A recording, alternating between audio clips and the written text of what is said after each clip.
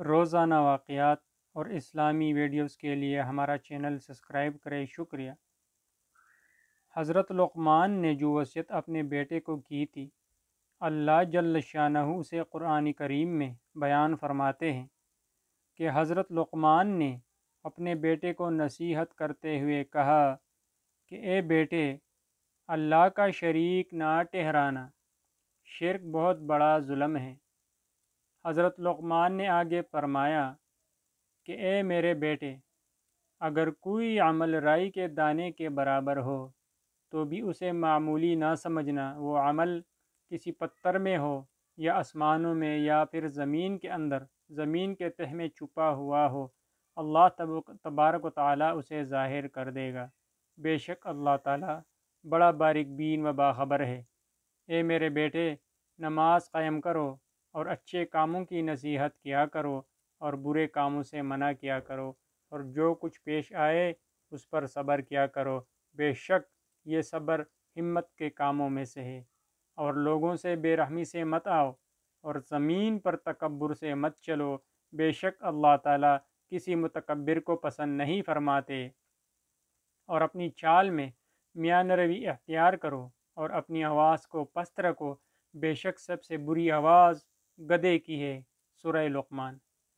اس آیات مبارکہ میں اللہ تعالیٰ نے حضرت لقمان حکیم کی دانائی و حکمت والی نصیحتیں جو انہوں نے اپنے فرزند سے کیے، انہیں بیان فرما کر چند باتوں کی طرف رہنمائی فرمائی ہے کہ حضرت لقمان نے اپنے بیٹے کو اس کے نام سے نہیں پکارا، بلکہ اے میرے بیٹے کہہ کر پکارا ہے، جس سے معلوم ہوتا ہے کہ نام لینے سے محبت کا وہ اظہار نہیں ہوتا جو اے میرے بیٹے کہنے سے محبت کا اظہار ہوتا ہے۔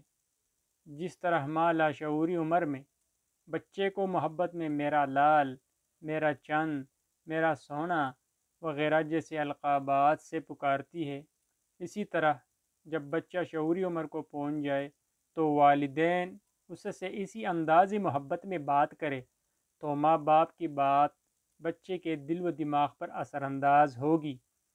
سب سے پہلے نصیحت جو حضرت لقمان نے اپنے بیٹے کو کی وہ توحید باری تعالیٰ سے متعلق تھی کہ اے میرے بیٹے، اللہ کے ساتھ کسی کو شریک نہ ٹھہرانا۔ اس سے بھی معلوم ہوا کہ بچے کو سب سے پہلے دینی عقائد و افکار کی تعلیم دینی چاہیے تاکہ بڑا ہو کر وہ ایک اچھا مسلمان بنے، کیونکہ اس کے عقائد جب صحیح ہوں گے تو اعمال بھی انشاءاللہ صحیح ہوں گے، اور اگر عقائد قرآن و سنت سے متصادم ہوئے تو یہ یقین نہیں کیا جا سکتا کہ درست اعمال کرے گا۔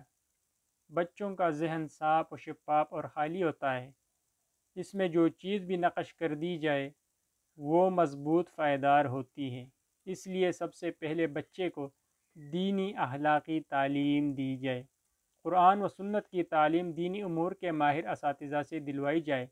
ہمارے معاشرے کا ایک المیہ یہ بھی ہے کہ جسمانی تکلیف مثلاً دانت میں درد تو ہم دانت کے ڈاکٹر کے پاس جاتے ہیں، دل کا مسئلہ ہو تو ہارٹ اسپیشلسٹ کے پاس جاتے ہیں، لیکن جب علم قرآن کریم و حدیث نبوی کا معاملہ پیش آتا ہے تو ہم ایک مستند عالم دین کو چھوڑ کر غیر عالم کے پاس جاتے ہیں، جس سے اکثر بگاڑ پیدا ہوتا ہے۔ آگے حضرت لقمان نے اپنے بیٹے سے کہا کہ میرے بیٹے، عمل رائی کے دانے کے برابر بھی ہو تو روز محشر اللہ تعالیٰ اسے تمہارے سامنے لے آئیں گے، یعنی کوئی عمل خواہ وہ اچھا ہو یا برا اسے معمولی مت سمجھنا کہ روز محشر تمہیں اس کا سامنا کرنا پڑے گا۔ اگر عمل صالح ہے تو وہ تمہارے لیے روز محشر میں مفید ثابت ہوگا، اور ہو سکتا ہے کہ جسے تم معمولی سمجھو روز محشر وہی تمہاری شفاعت کا سبب بن جائے، اور اگر وہ عمل صالح برے ہے تو تم بروز محشر اسے چھپا نہ پاؤ گے۔ اللہ تعالیٰ اس عمل کو جسے تم معمولی سمجھ رہے ہو تمہارے سامنے ظاہر کر دیں گے، اور وہ انکار کی کوئی گنجائش نہیں ہوگی۔ حضرت لقمان مزید فرماتے ہیں کہ اے میرے بیٹے، نماز قائم کرو اور اچھے کاموں کی تلقین کیا کرو اور برے کاموں سے منع کیا کرو۔ پسند آنے کی صورت میں ہمارا چینل سبسکرائب کیجیے گا مہربانی، شکریہ۔